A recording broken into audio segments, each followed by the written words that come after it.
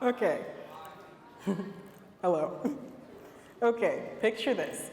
You're sitting at lunch with your friends, scrolling through your phone, pretending to be super interested in your calculator app, while everyone around you is literally dying of laughter at some inside joke you missed. Again. Well, that pretty much sums up what this talk is about. Because feeling unseen isn't just about being overlooked. It's about the quiet battles that we all face to be recognized, understood, and valued even when surrounded by other people. But I promise this isn't just me about trauma dumping about my social life. When I was little, I had an imaginary friend named Alex. Okay, don't judge. I know some of you were weird too. And if you weren't, well, congratulations, you peaked in kindergarten. But here's the thing. Sometimes being with my real friends makes me feel like I actually am Alex, like I'm just invisible. And I'm not just being dramatic here. The American Medical Association found that 36% of Americans feel lonely and isolated. That's more than 1 in 3 people walking around feeling like they're wearing an invisibility cloak that they got off TikTok Shop. In our hyper-connected world, social media platforms and digital interactions have become the norm, promising endless opportunities for connection. Yet, oddly, many of us find ourselves feeling even more invisible and isolated than ever before. Feeling invisible in your friendships is not just an individual experience, but a collective one that impacts our mental health and societal well-being. So, what exactly is this talk about? It's about the gut-wrenching feeling of invisibility, loneliness, and the social isolation that so many of us experience, yet rarely talk about. In a world that's more connected than ever before, it's paradoxical how we can still feel so alone. So, for today's agenda, we're going to dive into the universal experience through the lens of a teenager who's lived it, complete with all the awkward lunch moments and very, very unfortunate group projects. So, we're going to examine what it's like to be the unseen friend, how these feelings manifest, what science has to say about them, and most importantly, how we can reclaim our sense of belonging and visibility in our social circles. So let me paint you a picture of what I mean. Around 2 years ago, some of my friends decided to hit up this boba shop after school. So there we are, like 6 of us squeezed into this tiny booth, giving very much clown car vibes, doing our loud, usual, obnoxious teenager stuff. And everyone's talking about this sick party from the weekend, except your girl here wasn't invited.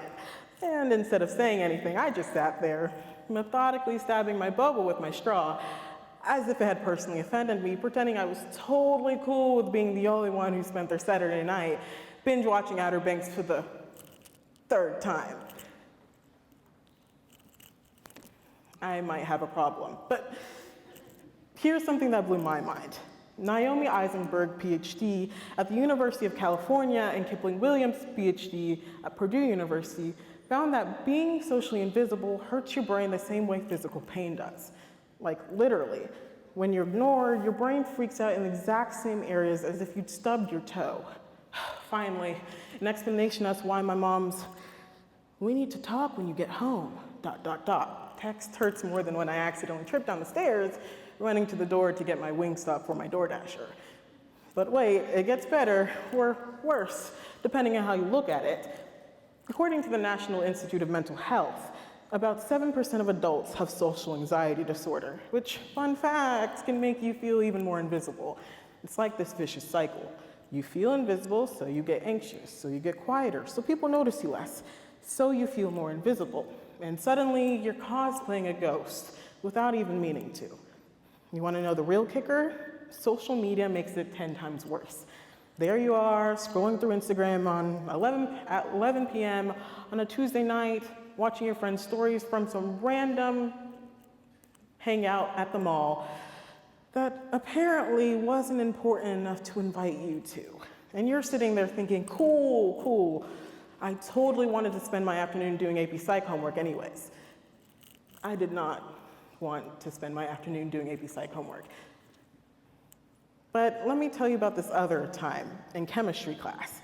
I had finally worked up the courage to tell this hilarious joke about electrons because apparently I thought the best way to make friends was to become the next Bill Nye. You can see the obvious resemblance. And right as I got to the punchline, I had to swallow my words because some girl started telling everyone about her weekend plans. And suddenly it was like I had actually become my old pal Alex, completely transparent, poof, gone. And the worst part, this happens so often, I started keeping a mental tally. Pro tip, don't do that. It gets depressing really fast. But here's where things get interesting and slightly less depressing, I promise.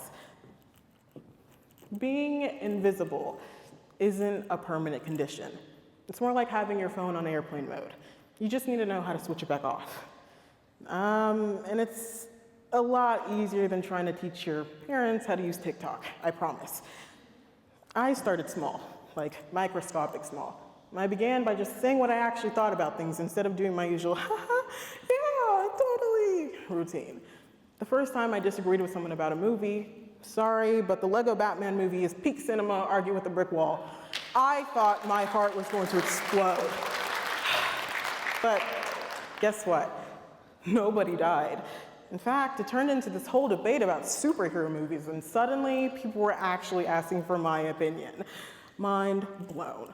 And get this, a study in the Journal of Personality and Social Psychology found that something as simple as saying thank you or getting a basic hey in the hallway can make someone feel like they actually exist. It's literally that easy. But let's flip the script for a moment. Have you ever been on the other side? The person or people unintentionally making someone feel unseen.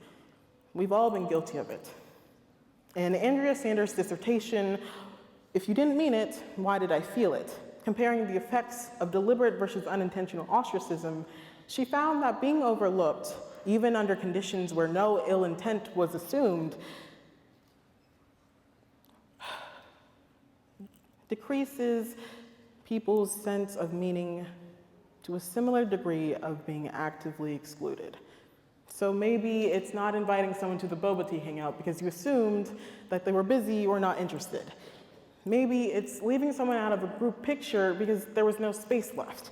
Or maybe it's talking over someone in a group conversation, not realizing how it silences their voice.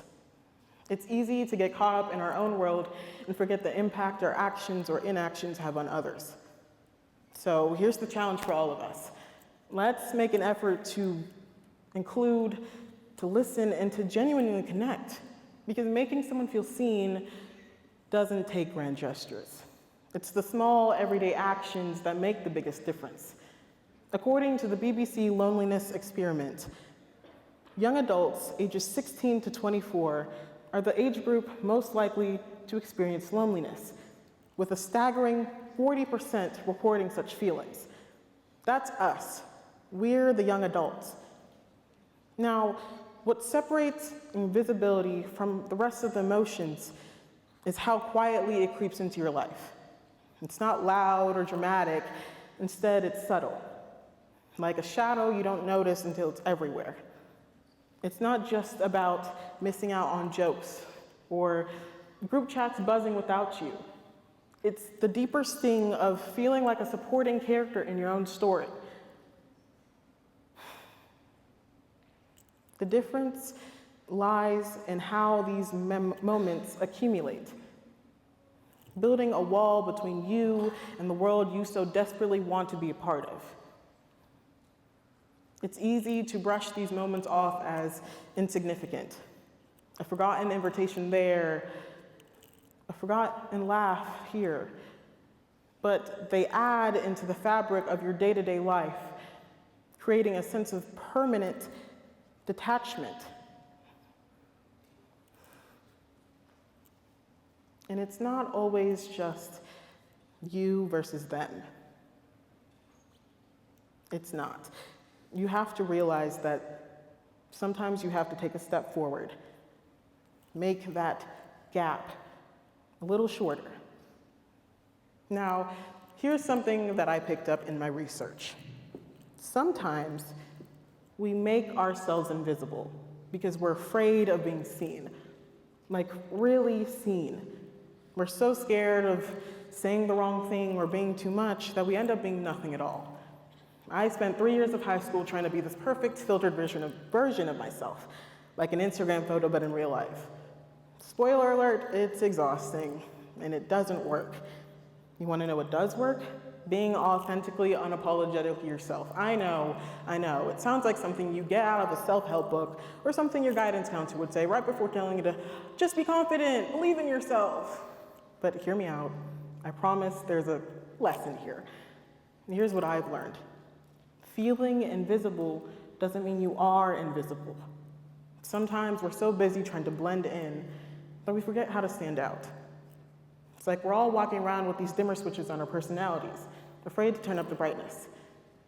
The truth is, invisibility is a choice, but not always our choice. Sometimes it's thrust upon us by circumstances, anxiety, or just plain old bad luck. But visibility, that's something we can choose every single day. And it starts with the smallest things. Speaking up in class even when your voice shakes. Sitting next to someone new during lunch.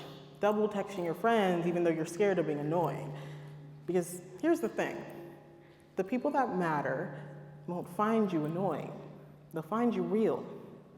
You gotta find your tribe. The people who don't just hear you, but truly listen. Who appreciate your quirks. Who laugh at your awkward jokes or references to niche TikToks, who make you feel like the main character in your own story in completely delusional rants about your absurd crushes. Because you don't have a chance with Sabrina Carpenter or Drew Starkey or any celebrity, really. They, in fact, don't know you exist. So here's my challenge to you. The next time you're in a group, turn your brightness up. Just a little bit. Share that weird thought you had. Tell that stupid joke. Join that conversation even if your heart is doing backflips. Because guess what? The world needs your brand of weird. And to all the Alexes out there, my fellow background characters, the quiet ones, the ones who feel like they're watching their life through a movie, I see you. Actually, we all see you. Okay, well that sounds a little creepy, but what I'm trying to say is, maybe it's time you started seeing yourself too. Remember, you're not actually invisible. You're just temporarily transparent. And trust me, you shine way too much to stay that way forever. And as my AP psychology teacher once said, we often give people the love that we want to receive.